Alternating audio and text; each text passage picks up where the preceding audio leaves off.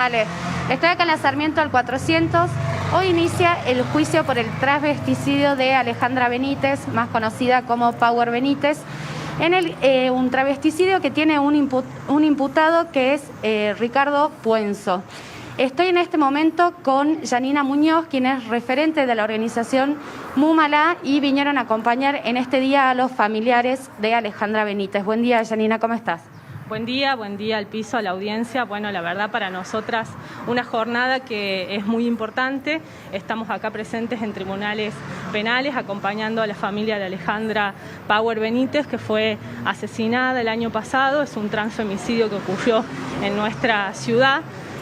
Bueno, para nosotras es importante, ¿no? El inicio de este juicio, pedir una sentencia ejemplar y exigir justicia por Alejandra primeramente, pero también por todos los transfemicidios y los femicidios que han ocurrido en nuestra provincia, ¿no? Nosotras hoy estamos presentando nuestro registro de femicidios a nivel nacional, el corte y actualización al mes de mayo. Desde el 1 de enero han ocurrido 94 femicidios en la Argentina, ¿no? Y 140 intentos de femicidios. Entre esos también han ocurrido 4 transfemicidios, unos en nuestra provincia. Entonces, visibilizar estas cifras que siempre grafican una realidad que es muy compleja, que es muy grave para nosotras, que nos alarman y nos alertan, principalmente con las variables que siempre ponemos en relieve, que tienen que ver con un 89% que de los feminicidas son del círculo conocido de las víctimas, y que el lugar más inseguro y donde suceden los feminicidios sigue siendo el hogar de la víctima, y que la víctima comparte con su agresor en un 71%, ¿no? Entonces, poner esta realidad hoy de relieve nuevamente con este caso que tenemos acá en Tucumán, y poder exigir justicia por Alejandra y por todas las que fueron asesinadas por la violencia machista. Eso que decís, Yanina, que el 89% de las víctimas tienen un vínculo conocido con su atacante, por decirlo de alguna forma, es una situación que se complejiza con esto del aislamiento, ¿no?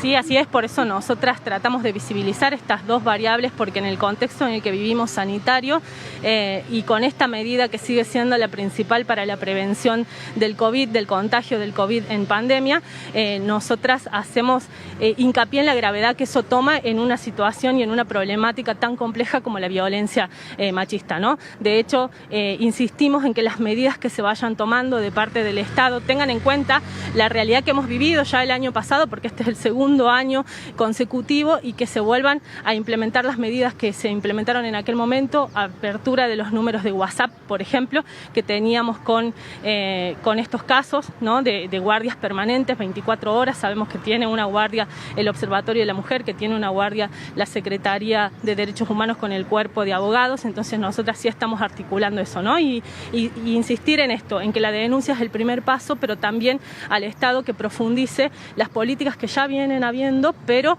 que tienen que tener una mirada para ampliar en cuanto a recursos, tanto humanos como económicos, ampliar las plazas de albergues que ya existan. Si no existen, poder ampliar y tener una política como la que ha implementado la provincia el año pasado, que fue albergar en hoteles, ¿no? Y después una política que vaya en dirección al control de los agresores, ¿no? Y esto siempre hacemos hincapié, porque otro dato de nuestro registro es que el 25% tenía denuncias realizadas y un 16% alguna medida de restricción de acercamiento, ¿no? Entonces ahí también insistimos en que hay que hacer primero un control sobre el agresor para que no desobedezca la medida de restricción que hay sobre algunas mujeres que están en situación de violencia, y después cómo seguimos pensando garantizar esa seguridad y esa protección, ¿no?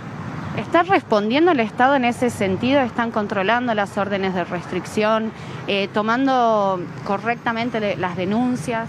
Nosotras lo que hemos visto hasta acá es que hay iniciativas que se han llevado adelante, ¿no? De hecho, con la misma creación del ministerio y demás. Sí vemos alguna lentitud en la aplicación concreta de algunas medidas que se han ido relevando. Nosotras estamos articulando desde Mumalá y desde el lugar que nosotras tenemos para que las denuncias lleguen de manera más rápida, ¿no? A tener primero el dictado de esta medida, y después, si hay alguna desobediencia de alguna consulta que nos hacen, también, ¿no? Y si hemos tenido respuesta de parte de las fiscalías, depende cuál esté de turno, ¿no? Janina, es la segunda causa en Tucumán caratulada como transvesticidio, ¿no? ¿Puedes contarnos un poco de qué se trata específicamente? Sí, por eso también es una jornada importante para nosotras, porque es el segundo caso. El primero fue el de Lourdes Reynoso, si recordamos, que está caratulada con este agravante, digamos, ¿no? El de alevosía primero, el de violencia de género y el de odio hacia la identidad trans, y en este también prima la aportación de arma, ¿no? Entonces, claramente es para nosotros un paso importante para la justicia en general y para el mensaje para con la sociedad, ¿no? Tener en cuenta a la hora de caratular y de dar la sentencia como un crimen de odio, como un crimen donde media la violencia de género, que es lo que significa el femicidio y el transfemicidio, ¿no? Así que bueno, exigimos por supuesto la condena máxima. Estamos acá con su madre y con su hermana acompañando el inicio del juicio. Y otra de las cosas que están pidiendo es la aparición con vida de Tehuel de la Torre, ¿no? Un varón trans que desapareció hace ya 3 meses. ¿Sabes cómo está avanzando esto?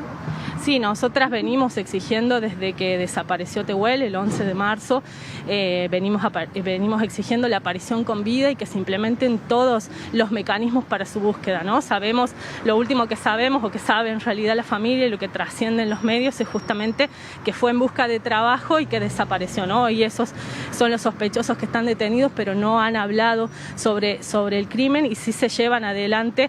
Por lo menos esta semana hemos visto que han avanzado con algunos rastrillajes y hemos visto testimonio de la hermana, pero seguimos poniendo el hincapié en justamente esto, ¿no? En lo que pasa con toda la comunidad trans a nivel nacional, en cuanto a discriminación, en cuanto al tema de empleo, a la expectativa de vida que tienen, y para que eso cambie, para que esa discriminación y esa exclusión que ha vivido el colectivo toda esta parte de la historia pueda cambiar, necesitamos políticas activas del Estado, ¿no? Principalmente con esto, con los femicidios o los transfemicidios, que son la expresión máxima de la violencia, poder buscar sentencias ejemplificadoras para que haya justicia y alivio de alguna manera para la familia, pero también para las personas que están en el colectivo, buscar cómo se puede integrar, ¿no? Cómo hay inclusión, cómo se genera acceso a la educación, a la salud, cómo hay leyes con las que ya hemos avanzado, como la ley de identidad de género, que puedan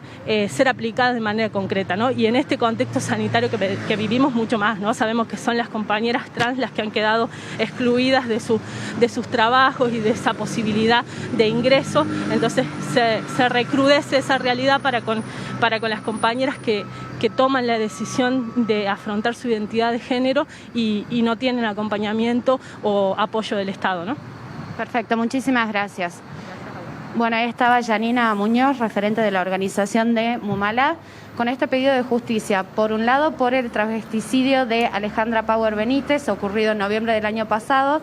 Recordemos que fue baleada en la vereda de su domicilio por la espalda y, caso por el que hoy hay un imputado que es Ricardo Puenzo. Hoy inicia el juicio. Y por otro lado, y muy importante lo que decía, ¿no? La búsqueda de Tehuel de la Torre, un varón trans que desapareció hace ya 3 meses luego de una entrevista laboral.